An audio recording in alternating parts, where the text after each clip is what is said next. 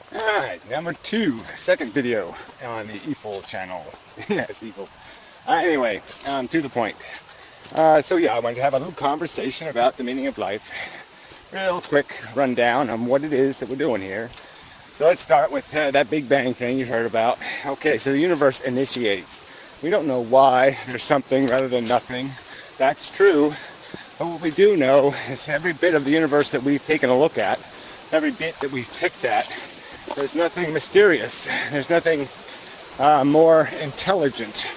It's always just crude mechanics, crude physics taking place. The stars are, through high energy photon smashing and crushing and pressurizing, are basically creating all these little heavy elements like the gold and the silvers and all the nice magical ones, the sparkly stuff. Even on the planet Earth, diamonds are being created with heat and high pressure. So it's a mixing bowl, a chemistry set gone wild. Now kind of made of, the universe is basically just like that in a sense. It's a chemistry set where the chemicals are allowed to leak into each other. That's what sort of happened with the Big Bang, with the initiation of the universe. Then you had a bunch of stuff crashing into itself, and this thing called gravity and these nuclear forces start tying matter into little bigger and bigger pieces. In the end, it's all going to fly apart because it all gets reduced to photons and suns, and they shoot a bunch of energy into the dead reaches of space, which at some point they might all get collapsed into a giant, humongous universe equaling black hole that'll even suck those photons back. But anyway, who knows if it cycles on, who cares? The point is, there's no evidence, no signature of any kind of God, of any kind of intelligence that's saying, oh, I wish to create universes so human beings can cheat on their wives and molest children and eat the other sentient creatures and die of hideous and awful diseases and be born deformed and horrifically, they go through years and years of horrible miseries and sufferings and disabilities, and get crushed by things and smashed and bleed out in all kinds and manner of way. And, so 1 million of them a year can find some way to jump off a cliff or, strangle the life out of themselves and snap their little spinal cords. No, that's the truth. The truth is there's nothing out there who said, oh, it'd be a good idea if we make little smart creatures, so they can have a big high opinion of themselves and talk about spirituality and ghosts and all of that kind of stuff. Nope, it's not happening. It's rocks and dirt. That's where we came from. That's the chemistry of our origins. And it's through billions of years of a DNA molecule evolving that we exist. And all our faculties exist to serve the initiative of competition, the mechanics of competition. It is a competition. A competition to do what? To survive. And the punishments are brutal, and the victories are shallow. And that's the game we're in. Yes, I defeated the other, it's like the human race. I defeated Cro-Magnon man and Neanderthal and whatever else existed. We smited it, defeated it, so we could do our victory dance and say, look at us, we're here, and you're not. Yeah, sorry, no reason for a parade. No reason for giving us no blue stars or pink stars or congratulative handshakes or any such thing. It is not the definition of success or victory by reasonable standard. The fact that we could just club something out of existence and then glorify our own existence. And that's all we've really done. All of human history, we have struggled to find the truth. We have given magic powers to crystals and rocks in the ground. We have phantasmagorical, the trees and the dark and the woods and the animals.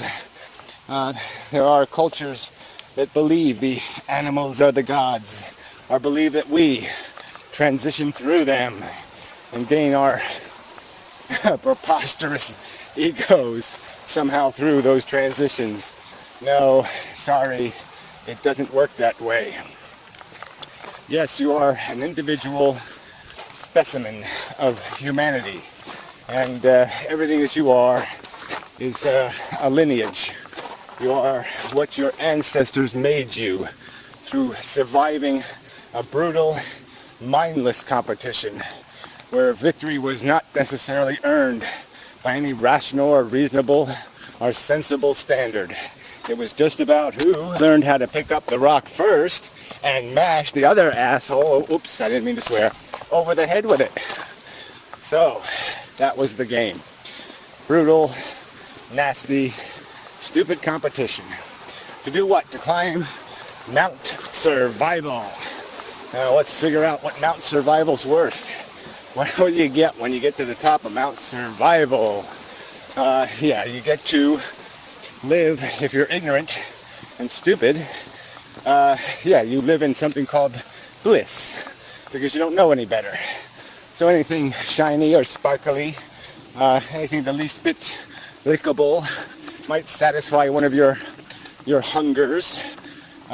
Yes, you will, you know, have relation with it, with some part of your sensual being that needs completion or satisfaction, whether it be your stomach or some other organ. Yes, you will satisfy yourself. And why? Because you're deprivated, because you're a need machine, because you come born into this world whining and complaining and saying, I want, I want, I want, I want, I want. And it doesn't stop until your heart stops beating and your brain starts dying. You're a want machine. You're a need machine.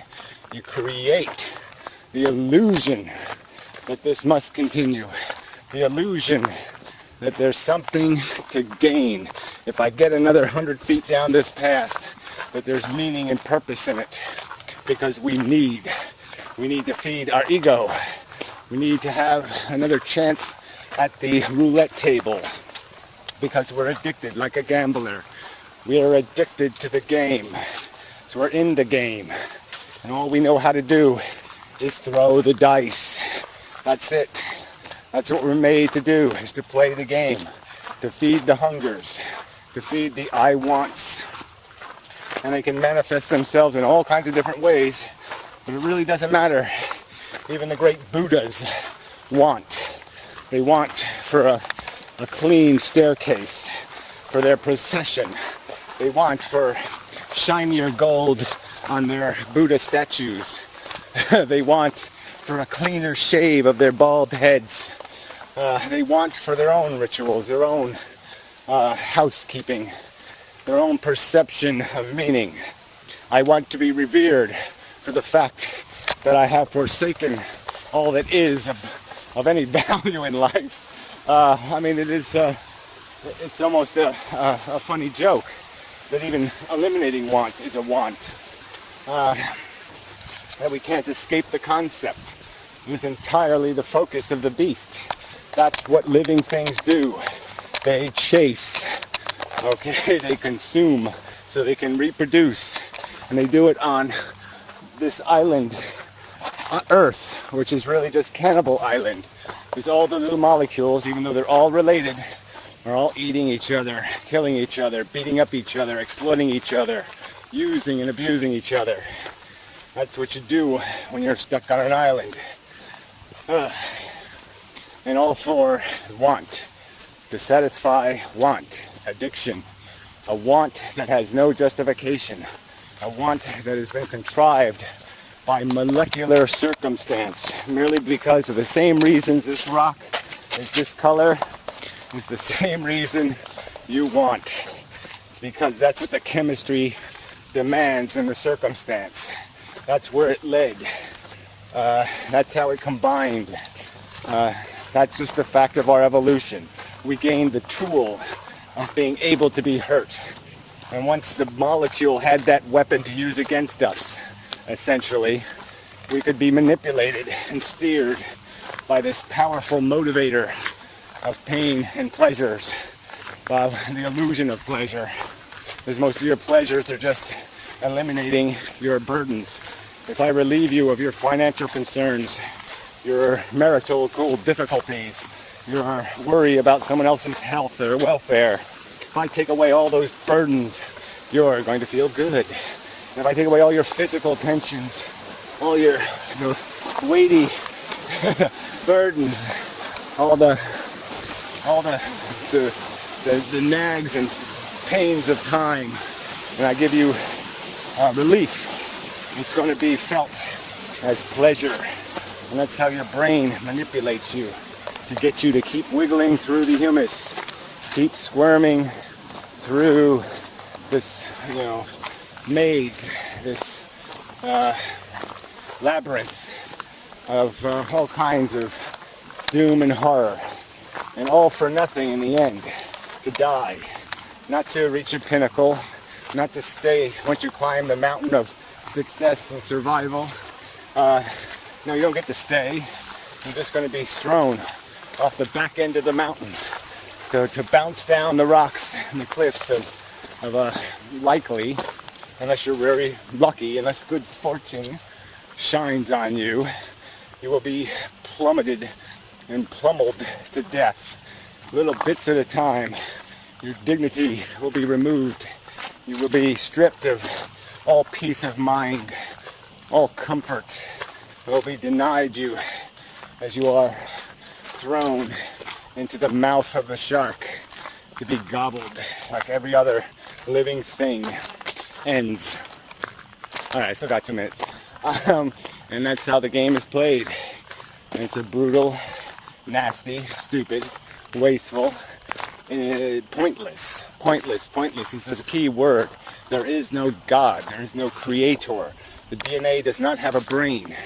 Evolution is not an intelligent force. It's just a force of circumstance. That's what reproducing molecules will do. If they're capable of mutating, they will evolve. That's what reproduction and mutation equal. Just like Einstein's theory, E equals mc squared. Well, mutation plus reproduction, R plus M equals E, evolution. You will change and adapt.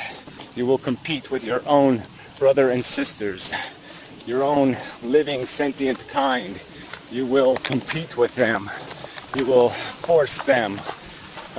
You will be forced to play a vicious, horrid game in a brutal world. And although we have taken some of the edges off with our civilization, the fact is you're going to end up in the ground. You're going to end up worm food or incinerated or in some other way finished, destroyed, powdered. You're going to be powdered back to nothing. And why do this? Why especially impose this on some new victim? Come on. It's no point in it. So, enough of the video. Thank you very much.